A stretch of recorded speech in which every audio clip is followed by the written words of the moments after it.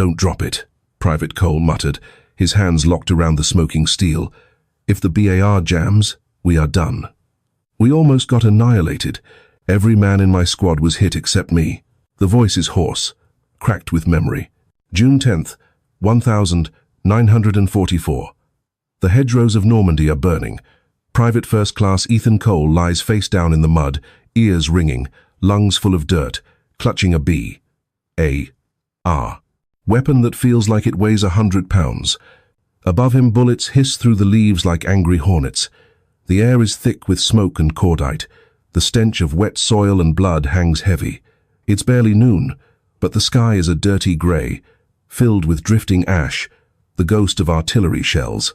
Around him, the world is narrowed to one sound, the distant roar of a German MG-42 tearing through the hedge. He lifts his head.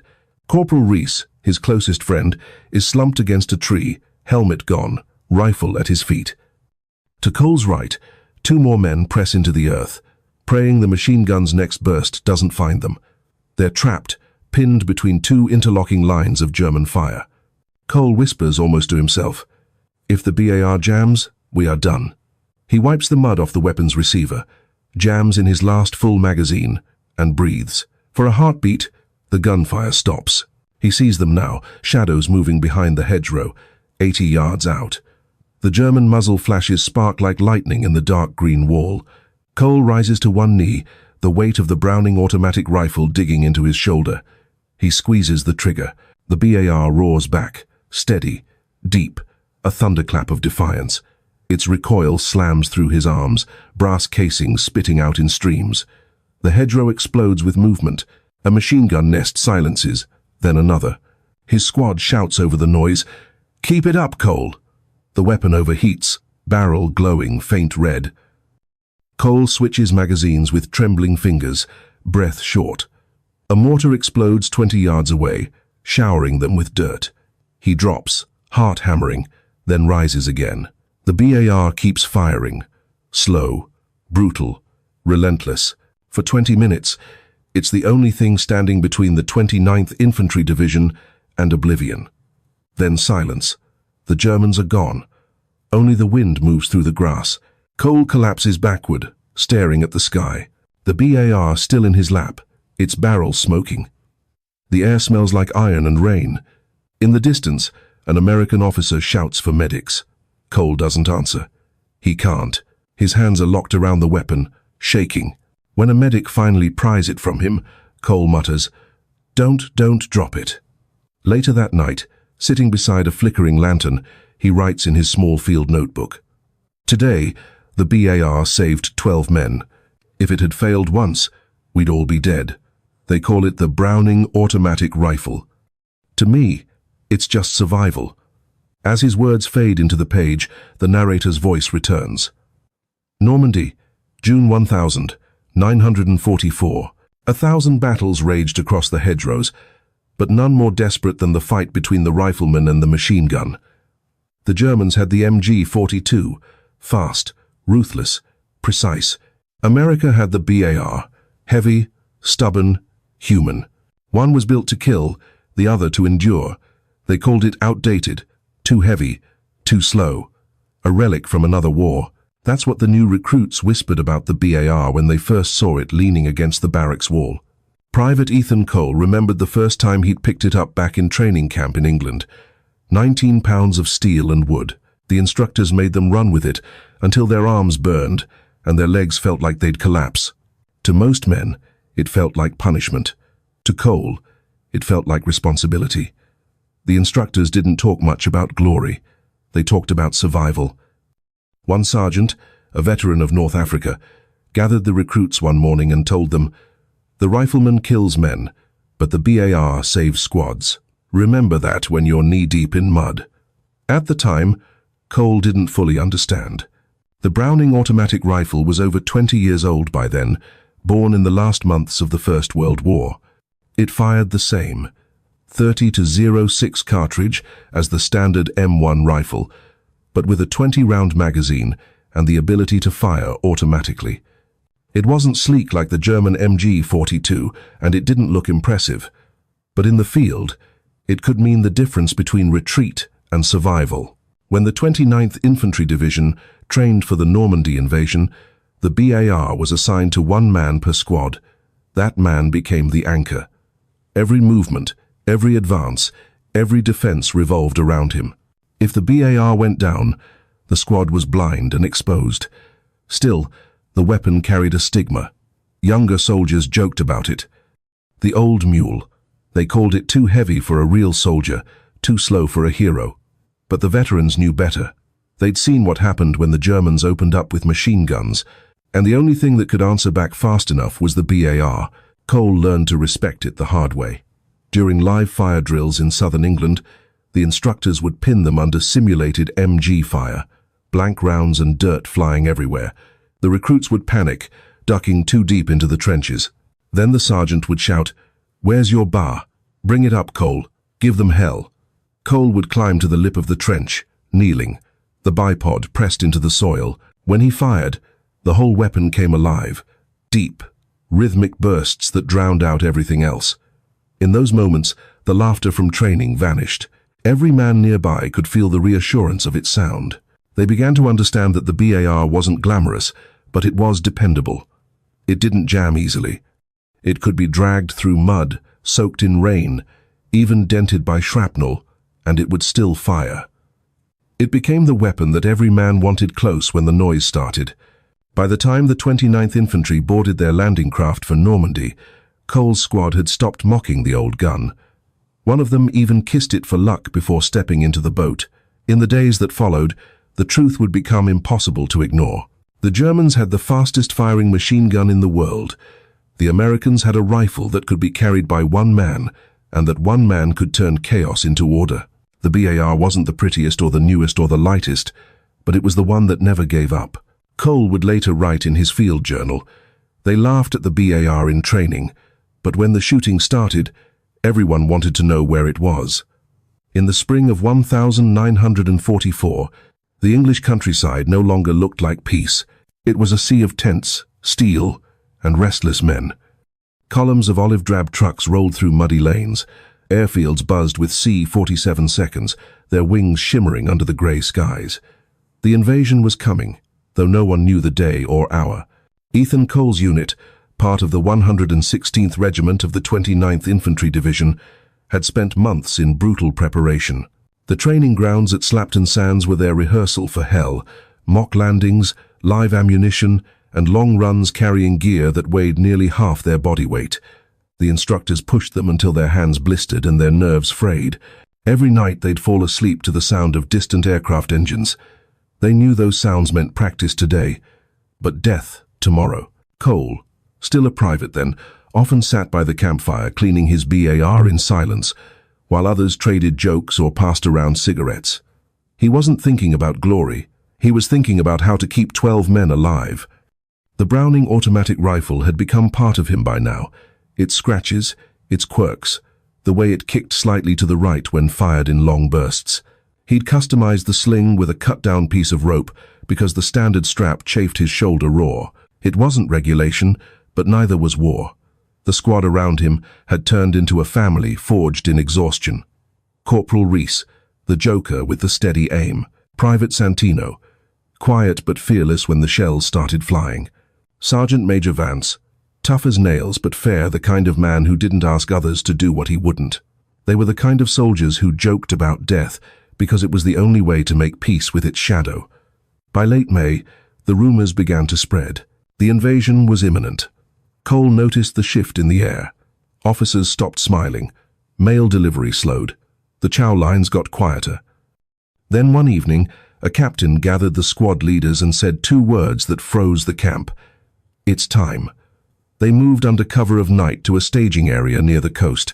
The docks were a maze of equipment: jeeps, tanks, stacks of crates labeled rations, ammo, and medical. The smell of diesel and salt water filled the air. A band played somewhere in the distance, trying to drown out the fear. Cole boarded his landing craft with the BAR slung across his chest. The men were packed shoulder to shoulder, the deck slick with seawater. No one spoke above a whisper. The only sound was the thrum of the engines and the waves slapping the steel hull.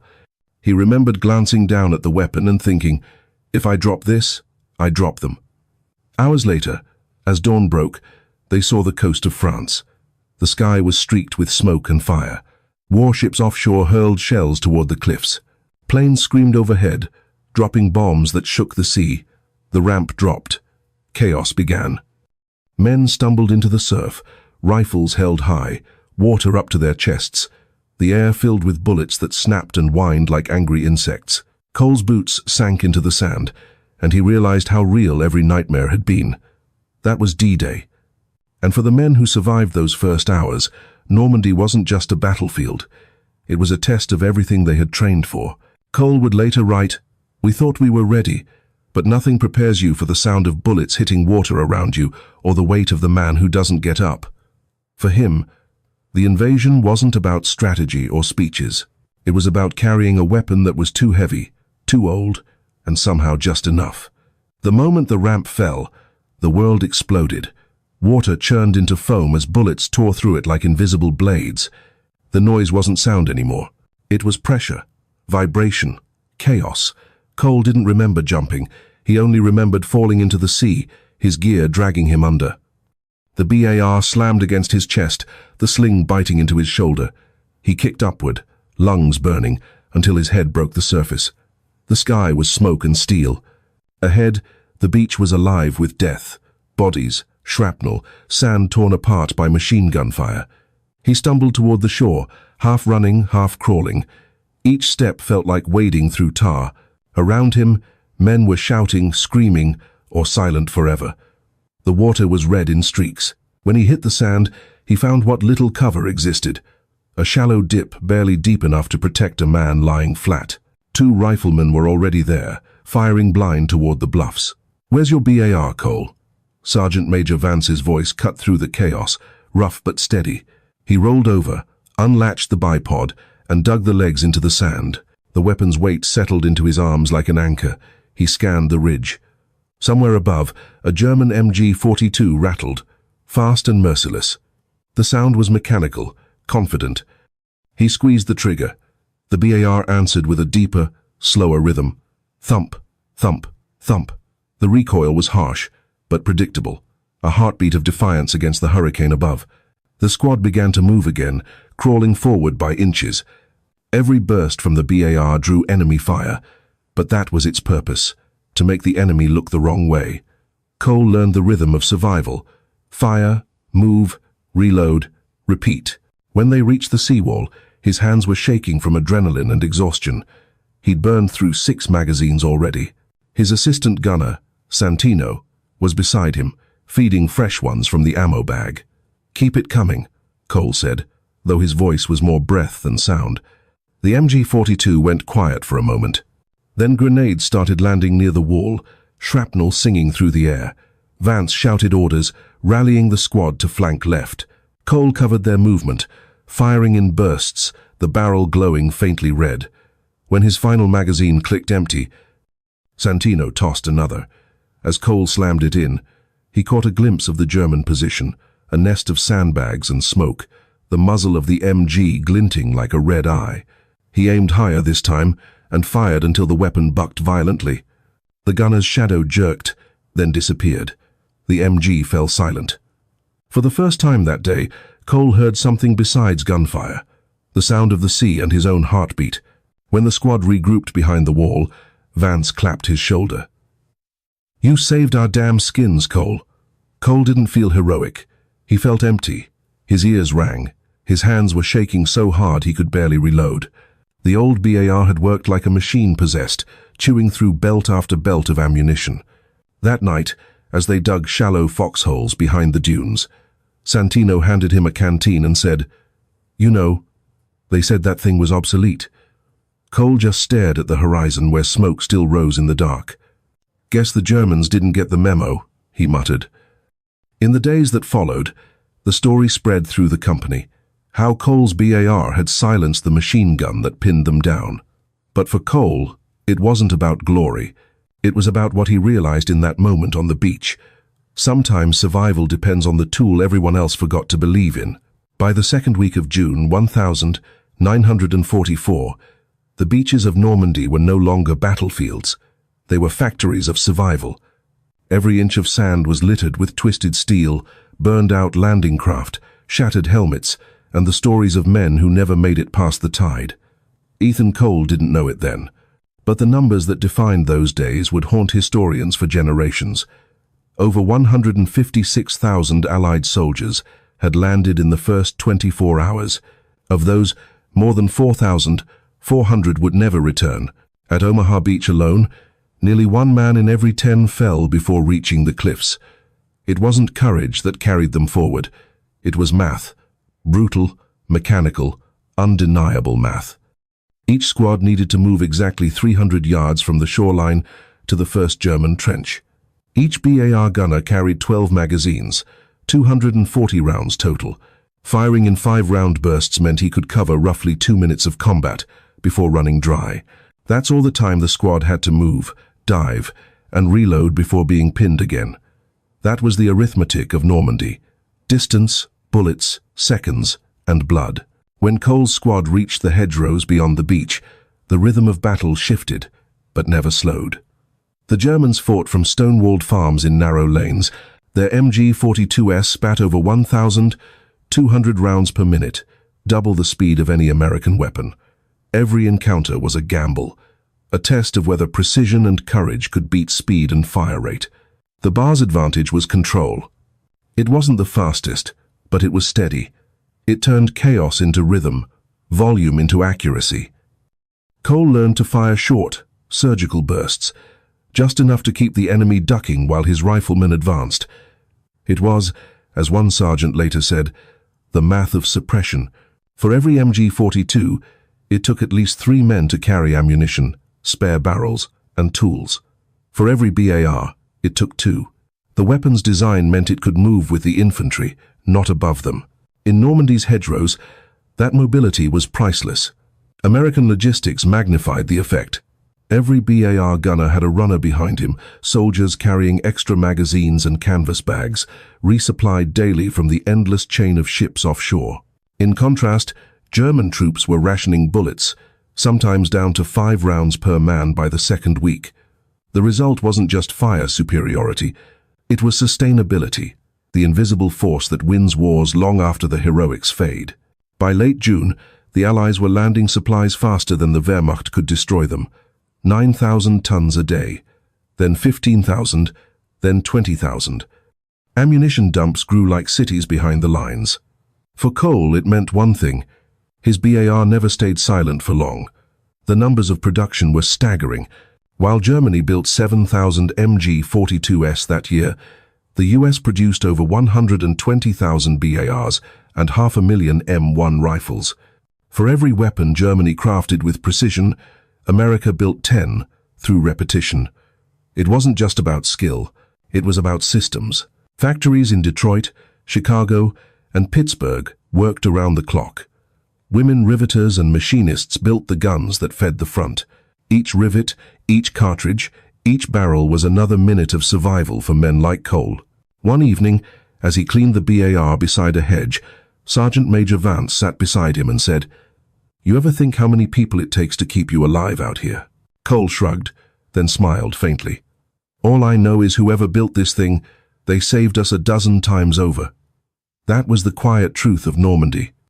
Behind every burst of fire was 1,000 unseen hands, workers, engineers, truck drivers, all part of an equation that no enemy could stop. Cole didn't see himself as part of a machine, but he was. Every trigger pull, every inch gained, was one more line in the ledger of an industrial war. A war where math decided who lived and who didn't. By the 3rd week after D-Day, Normandy was no longer a series of beaches. It was a maze of hedgerows, trenches, and ambushes. The Allies weren't advancing by the mile, they were advancing by the yard. Every field was a fortress, every lane a kill zone. Cole had learned to stop thinking of battle as courage or chaos.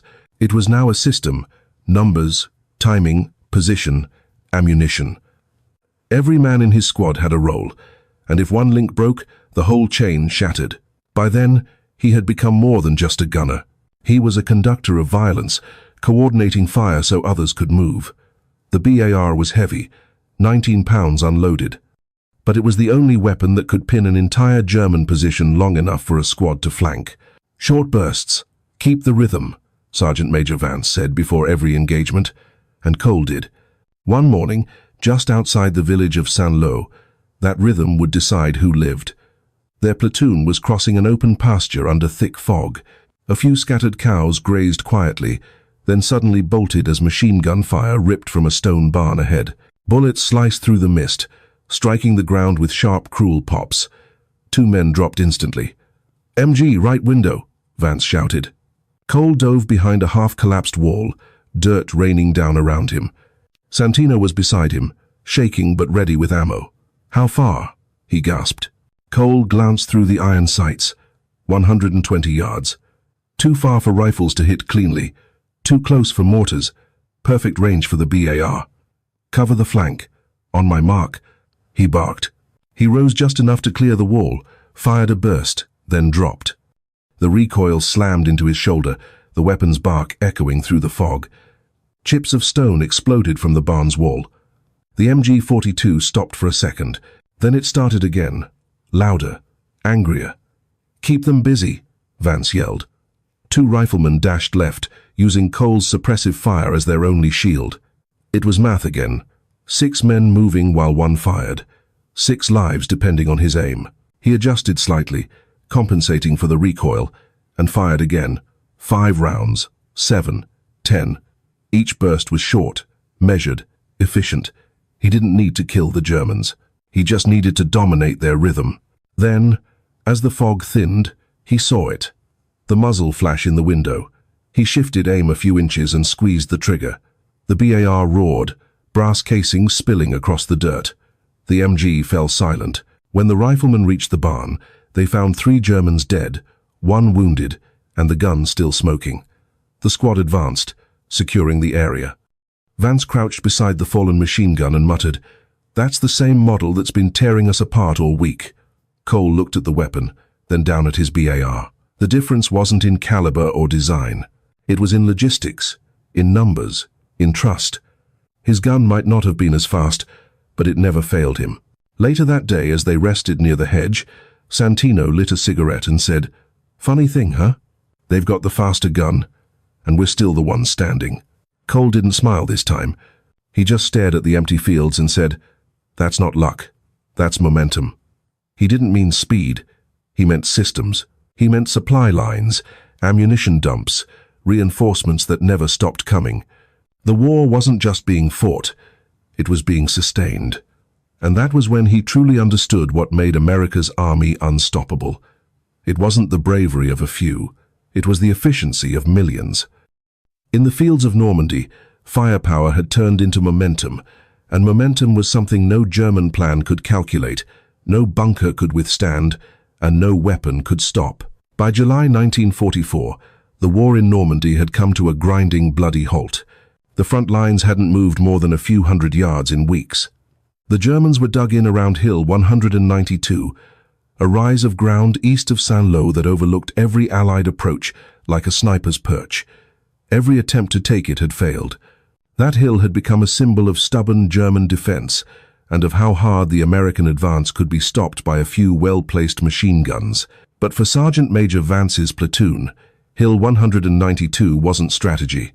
It was survival. Cole's squad had orders to move before dawn.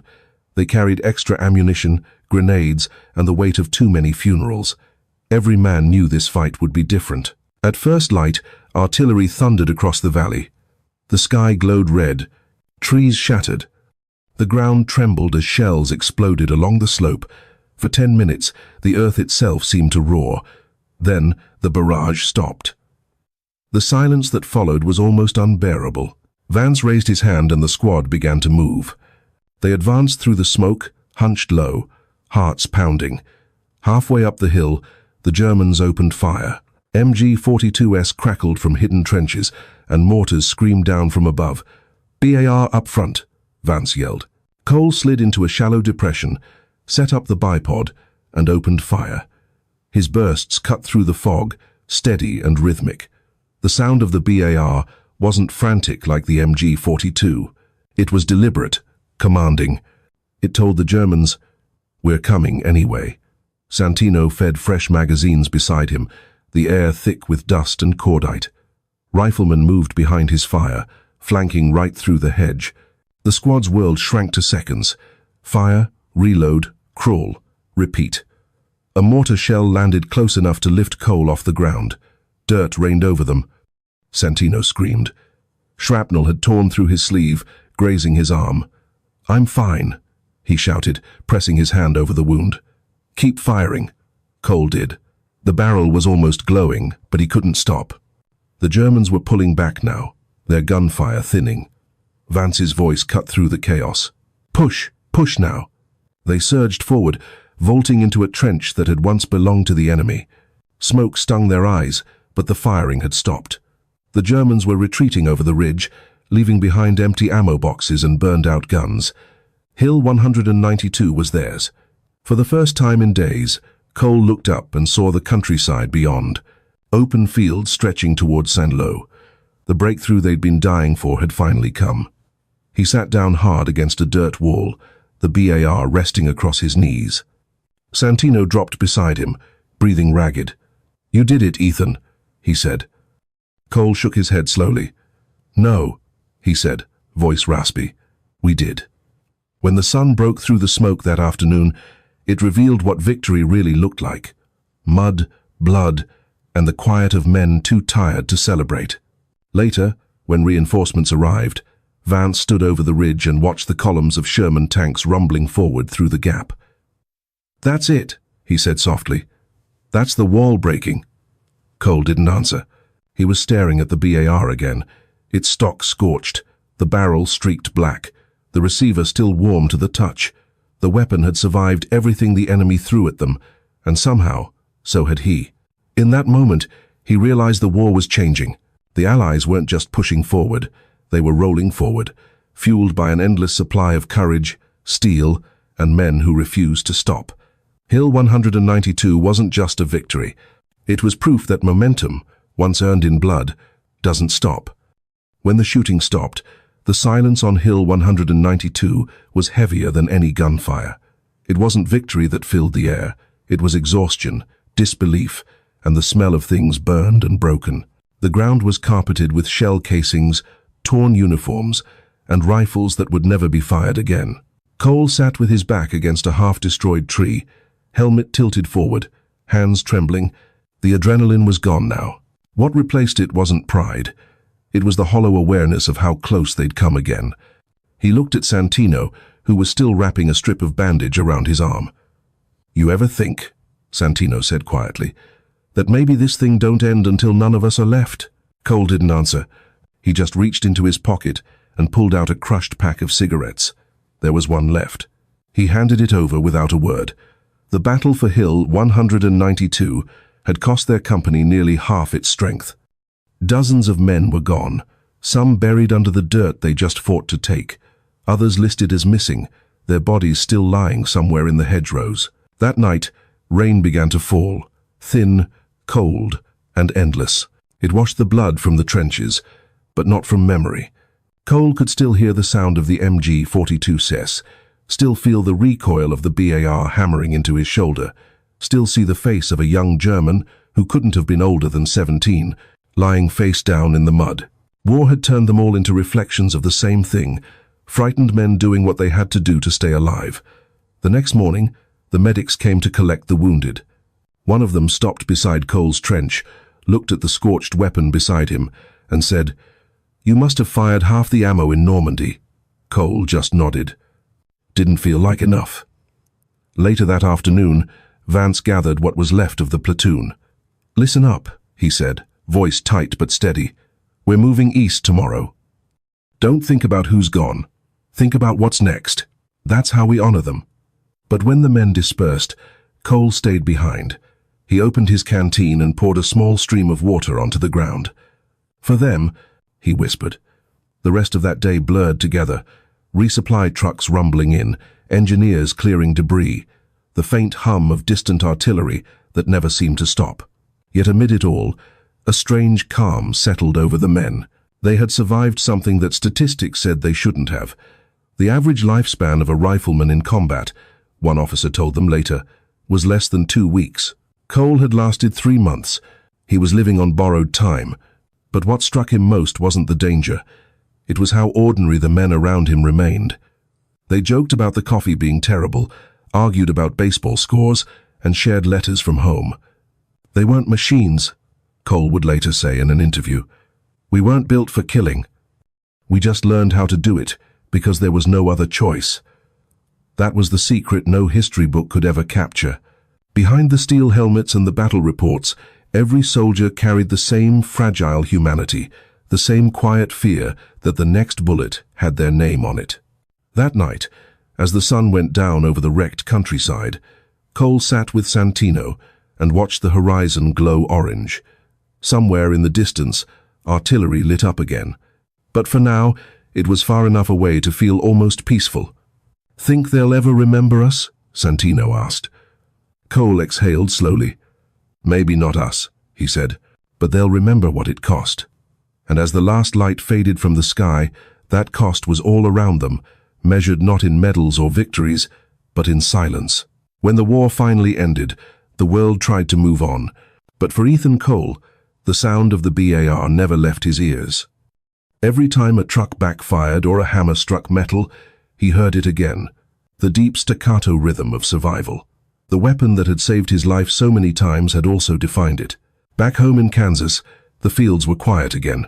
The wheat swayed in the wind instead of tracer rounds cutting through the air. But peace brought its own kind of silence, a silence that made men remember. Cole kept the habits the army had drilled into him. He cleaned his tools the way he used to clean the gun. He counted nails like he once counted rounds. "I guess I still fight," he told his wife one evening, "just with different weapons." The BAR had outlived the war, and not just in memory. The army kept it in service through Korea, even into Vietnam. Decades later, veterans would still talk about it in reverent tones. It wasn't fast like the MG-42 or sleek like the M1 Garand, but it had something those didn't. Reliability. It wasn't glamorous, one officer wrote. It was the weapon that did the dirty work, the gun that stayed when everything else jammed or broke. Historians later called it the backbone of the American infantry. But to men like Cole, it was simpler. It was the reason they made it home. Years after the war, Cole visited a small museum near Fort Benning.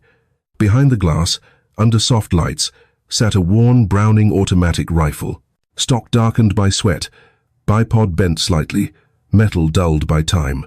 The placard read, "Browning automatic rifle, M1918, a 2. Standard U.S. infantry automatic weapon, 1,940 to 1,957. He stood there for a long time. The curator, noticing the look in his eyes, asked quietly, "You carry one of those?" Cole nodded. "I didn't just carry it," he said. "I trusted it more than I trusted myself." He leaned closer to the glass, studying the scratches on the receiver, the faint dents along the barrel. It looked almost exactly like his old gun. And in that reflection, his older face staring back at the weapon of his youth, he saw what the war had really been about. Not glory, not revenge, endurance. The BAR had never been designed for fame. John Browning had built it in 1917 for trench warfare, not for hedgerows and villages, but it adapted, just like the men who carried it. That adaptability, Cole realized, was America's greatest strength. The Germans built perfection, Americans built resilience. In Normandy, that difference had decided everything. He stepped back, took off his hat, and smiled faintly. "You did your job," he whispered. Before leaving, he signed the museum's guest book. Next to his name, he wrote just 5 words, "It never let us down." As he walked out into the sunlight, he thought about the men who hadn't returned, the ones who never got to grow old enough to visit museums or tell their stories. Their names were carved in stone somewhere far away, but their legacy lived on in steel, in discipline, in every quiet moment of peace that their struggle had made possible. The BAR might have been a weapon, but what it represented was far greater. It was the proof that survival isn't about strength alone. It's about trust, endurance, and the courage to hold your ground when everything around you collapses. And as Ethan Cole walked into the calm afternoon, he knew that the sound of that gun, steady, defiant, relentless, would always echo in his memory, not as noise, but his heartbeat. Years later, when journalists came asking for stories of D-Day, of Normandy, of the blood and thunder of Europe, Ethan Cole rarely spoke about heroism. He didn't talk about medals or victories. He talked about the weight, not the weight of the gun, the weight of everything that came with it. He remembered the BAR pressing against his shoulder in the cold rain, the ache that crept down his arms after hours of fighting, the sting of mud on his face, the smell of gun oil and sweat. But that weight wasn't a burden. It was an anchor. It had kept him grounded when everything else was falling apart. The thing about that gun, he once said in a veteran's interview, was that it made you feel responsible, not just for your own life, but for everyone who was counting on you to pull that trigger. He paused, his eyes drifting somewhere far beyond the camera. It was heavy, yeah, but sometimes the heavy things are what keep you alive. After the war, he worked in a machine shop, fixing tractors, welding frames, teaching apprentices who were too young to remember the war. He'd stand beside them, guiding their hands, reminding them to take care of their tools. If you respect the machine, he'd say, it'll respect you back. In a way, the BAR had taught him that too. Respect for craft, for precision, for control under pressure. At the local VFW hall, Cole never drank much, but sometimes when the talk turned to old battles, he'd share a few words. We almost got annihilated, he'd say, half smiling. But the thing that saved us wasn't luck. It was the weight we carried and the men who refused to drop it. He wasn't just talking about the gun anymore. He was talking about the burden of duty, the responsibility to hold the line, the unspoken promise that no one fights alone. When he died in 1987, his grandson found a box under the bed. Inside were his medals, his discharge papers, and a folded photograph of 7 young men standing in a field somewhere in France. Cole was there in the middle, BAR slung over his shoulder, mud caked on his boots, exhaustion in his eyes, and something else, pride. On the back of the photo, written in pencil, were 4 words: "We held the line." At his funeral, a historian from a local college attended.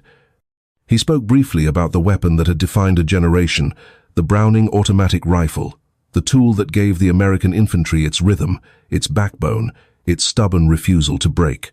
But afterward, Cole's old friend Santino leaned over to the man and said quietly, "You've got it wrong, Professor.